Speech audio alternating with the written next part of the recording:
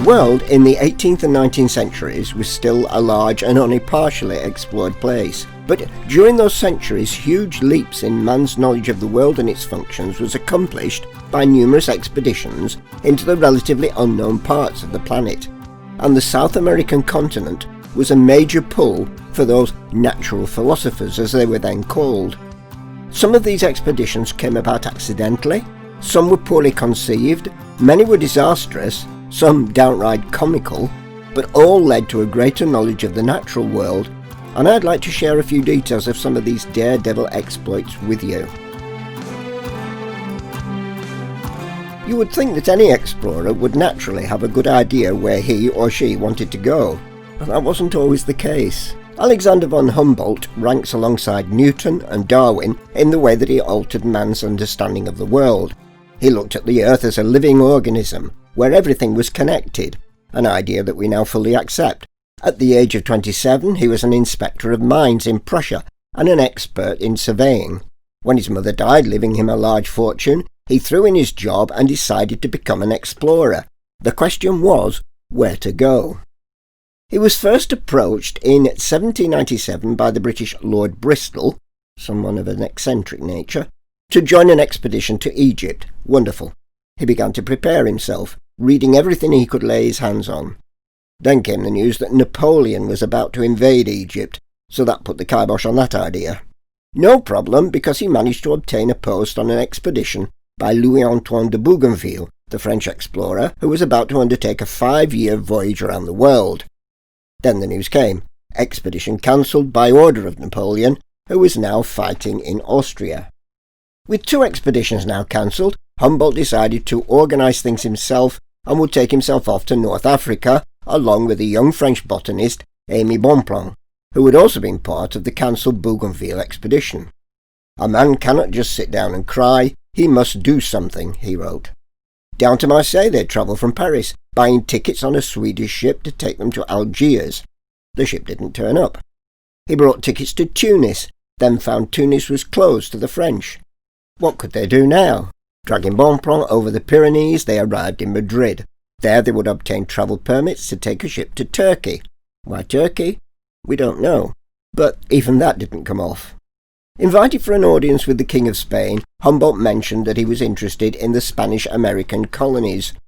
The king, pleased at the idea of having a Prussian mining engineer in charge of the American gold and silver mines, hopefully increasing their output or possibly finding new mines, said fair enough, go to it.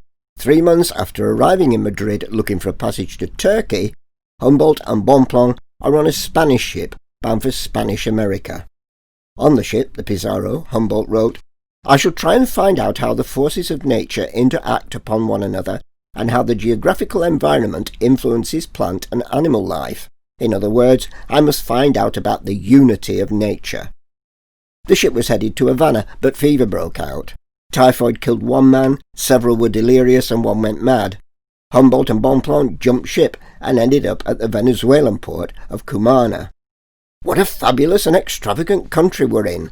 Fantastic plants, electric eels, armadillos, monkeys, parrots, and many half-savage Indians.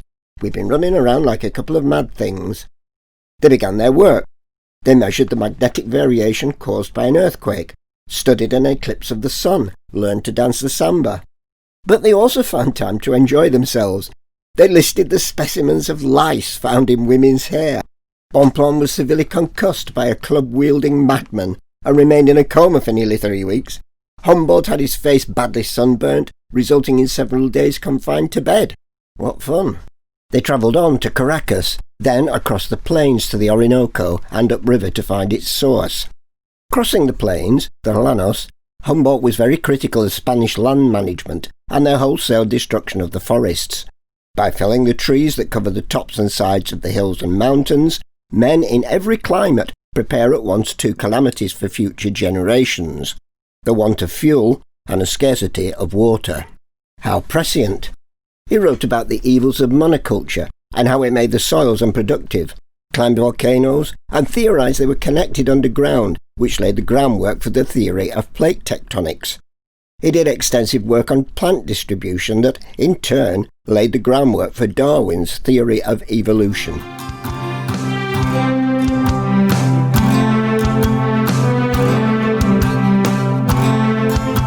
number of these expeditions were undertaken to test theories that bring us on to Charles-Marie de la Condamine.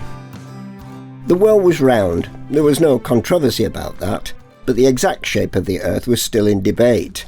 Isaac Newton decided it bulged slightly at the equator, whilst the French astronomer royal, Jacques Cassini, declared it was a prolate spheroid, elongated at the poles and pinched in at the equator, and this became a major scientific squabble. And though a French expedition to measure gravity at the equator found the pull was weaker than in France, which tended to prove Newton right, Cassini would have none of it. It was a squabble based on professional pride and patriotism, but it was important for mapmakers and navigators to know the truth, as it would affect mapping projections. In 1735, the French decided to settle the question by sending 2 expeditions out. One to Lapland, and the other, under de la Condamine, would go to South America. Each party would measure a degree of longitude, and then their findings would be compared. If the equatorial degree was longer than the Arctic degree, Newton was right and Cassini was wrong. The degree of longitude measured at the equator in South America disproved Cassini's theory. Newton was correct. In November 1735, Condamine arrived in Cartagena with a large party, and that leads us to a subsection.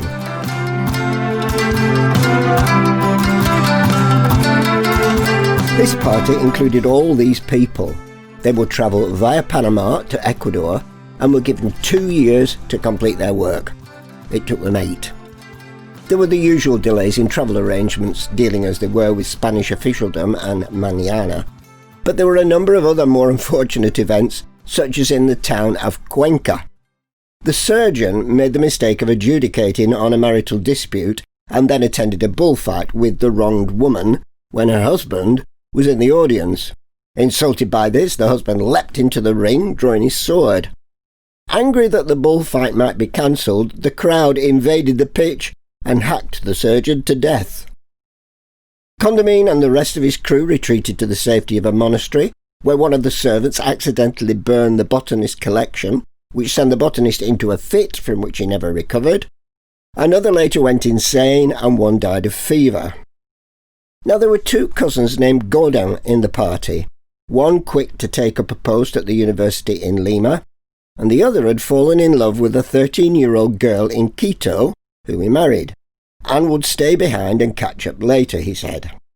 They were also caught up in a volcanic eruption, but finally the arc was measured. Their work was done. Condamine, however, decided he wouldn't go directly home. He immediately left for the Amazon, with 2 servants, several mules, and his 18-foot-long telescope. Several months later he's in a new world, separated from all human intercourse, surrounded by a maze of lakes, rivers and canals, penetrating in every direction the gloom of an immense forest. New plants, new animals, and new races of men were exhibited to my view.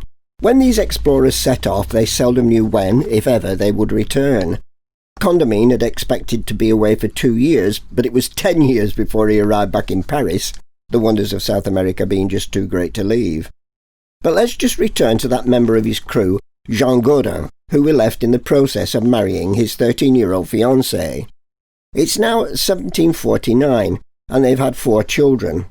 He travels from Ecuador to Guyana, it takes him 4 months, as an exploratory journey before bringing his family. He writes to Condamine asking if he can arrange for a boat from the Portuguese government to take him home again. Condamine passes the letter to the authorities, and Portuguese bureaucracy limps into action, about as fast as someone on life support.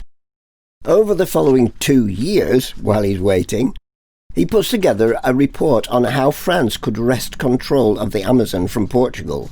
The letter is never acknowledged, so he believes that it's been intercepted by the Portuguese, and he dare now not leave Guyana for fear of arrest. Well, his letter hasn't been intercepted, and in 1765, 16 years after the request, a ship comes to pick him up. He daren't get on it, but sends a letter to his wife to tell her it's safe to come to him. That letter goes astray, and it's not till 20 years after he left her that Isobel Godin finds it safe to travel. Well, Isobel is now a tough woman, 40 years old, and she's lived in a remote village for most of her life. All of her children have died, and she hasn't seen her husband for 20 years. Taking her 2 brothers, her 12-year-old nephew, 3 women servants, and a freed slave, Aime, she leaves for Guyana with 3 Frenchmen and 13 native porters. They encounter a deserted village. Smallpox has erupted. The porters desert. After crossing the Andes, they take to the rivers. They obtain a 40-foot dugout canoe and a raft. The Frenchman in charge of the canoe falls out and is drowned. Then the canoe hits a log and overturns. It's becoming clear that none of them know how to handle either of their watercraft, and provisions are running low. Nevertheless, the second Frenchman, a doctor, volunteers to take the canoe, travel down to the nearest village and bring back supplies, and he will take Aime with him, and they should return within a week. They don't return. For a week, Isabella, her maids, etc., don't bother to ration their food. The doctor will return soon. After the second week, they cut their rations. After a month, they're starving. Thinking that the doctor and Aime must have drowned, Isabella and everyone set off down the river on what is left of the raft. The raft hits a tree and breaks apart. They drag themselves ashore. They've no food. Her nephew dies that evening, and in the morning they find that one of the maids has died in her sleep, whilst another wanders into the jungle and disappears. Within 2 days, Isabella's brothers are dead, the other maid is dead, as is the remaining Frenchman. She is the sole survivor of her family and the expedition. Lying by the bodies for 2 days, she then takes up a machete and hacks her way back out of the jungle towards a village, Llanos. Shortly after she leaves, the freed slave Aime arrives in her camp. The doctor has deserted and fled down the river as fast as he can, but Aime has persuaded some of the men from this village of Llanos to rescue his mistress. Seeing the corpses, he returns to Llanos with news that she's dead. But she isn't dead. For 9 days she wanders through the jungle, eating grubs and berries, until some Indians find her and lead her to a Jesuit mission. They assist her to get to Guyana, where she's finally reunited with her husband after 24 years apart. It's 2 more years until they can get a passage back to France. But in 1773, Godin is back in France with his wife. Condamine's expedition has finally ended, 38 years after it began. These scientific explorers often and deliberately put themselves in the way of danger as part of their investigative program. Humboldt got shocked by electric eels, climbed volcanoes including the active Pichincha in today's Ecuador, fainting from altitude sickness, and, after hanging over the edge of the crater to observe and sketch, had to be dragged back semi-conscious because of the sulfuric fumes.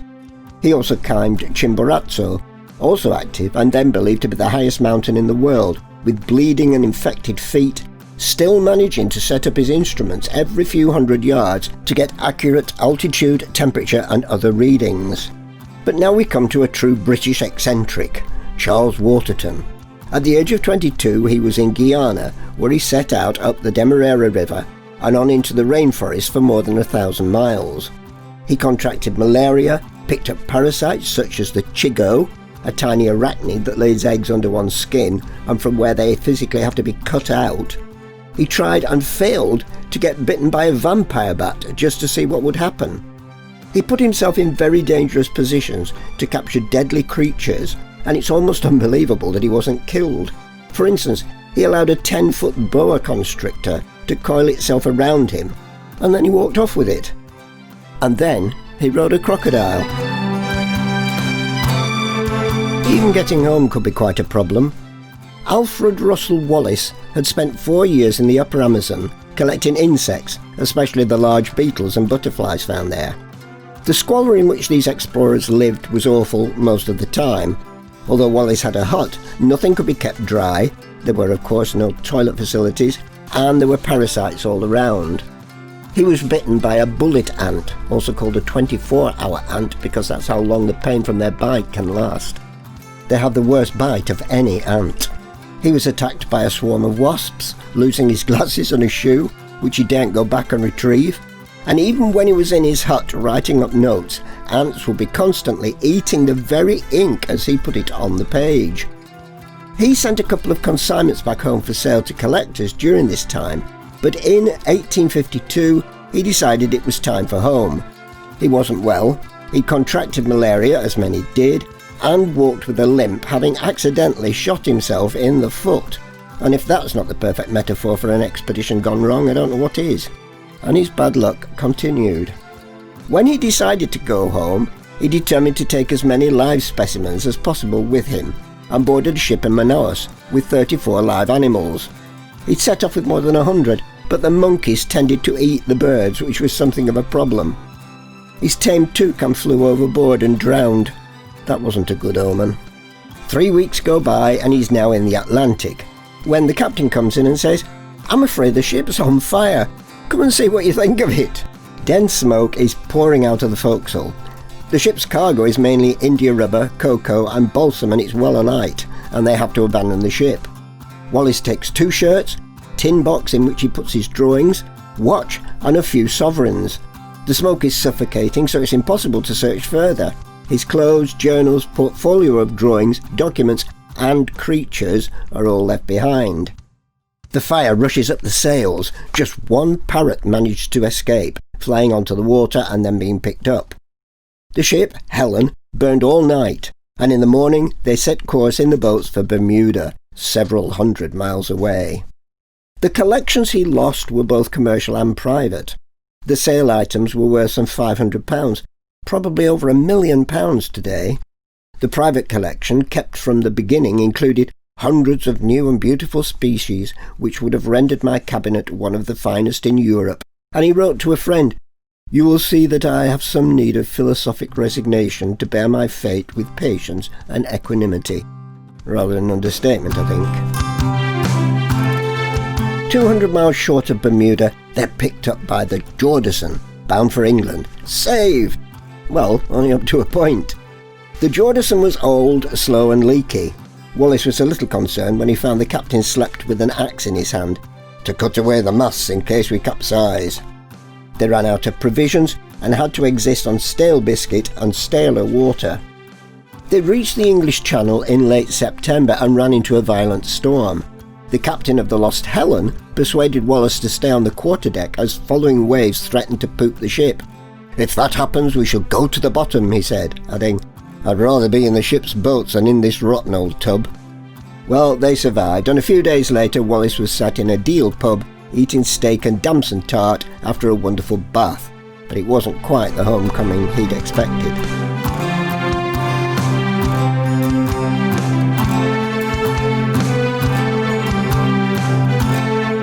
Condamine produced the first reasonably accurate map of the Amazon basin. His work proved the shape of the Earth, and incidentally, Condamine championed vaccination 5 years before Jenner. He also wrote in favour of inoculation and on various other subjects, mainly connected with his work in South America.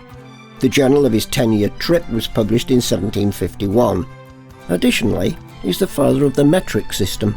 Despite the odd start to his expeditions, Humboldt produced 30 volumes from his South American travels and dozens more related to further trips. When he died, he was writing a multi-volume that he called Cosmos, in which he sought to unify diverse branches of scientific knowledge and culture. This important work also motivated a holistic perception of the universe as one interacting entity, and his influence is still felt today. When Charles Waterton returned home, he brought a huge collection of preserved animals and birds, including the crocodile that he rode, that still exist. He created one of the first true bird sanctuaries at his home in Yorkshire. He also had a collection of poisoned darts from South America, and would send one to you through the post if you asked nicely. The poison on those darts is still active. Several years after Darwin had fulminated his evolution theory, but not published because he was worried about the furore it would cause, Wallace wrote to him saying that he'd come to the same conclusions, thus prompting Darwin to publish On the Origin of Species. Wallace discovered the Wallace Line, the faunal boundary line that separates Asia and Australasia on his later travels. Now, all the explorers that I've mentioned were the lucky ones. They did return home and left a huge body of work that has affected the way that we now see the world and its peoples, plants, animals and climate. To me, they're all heroic figures. Would I have liked to have been with any of them? Not likely.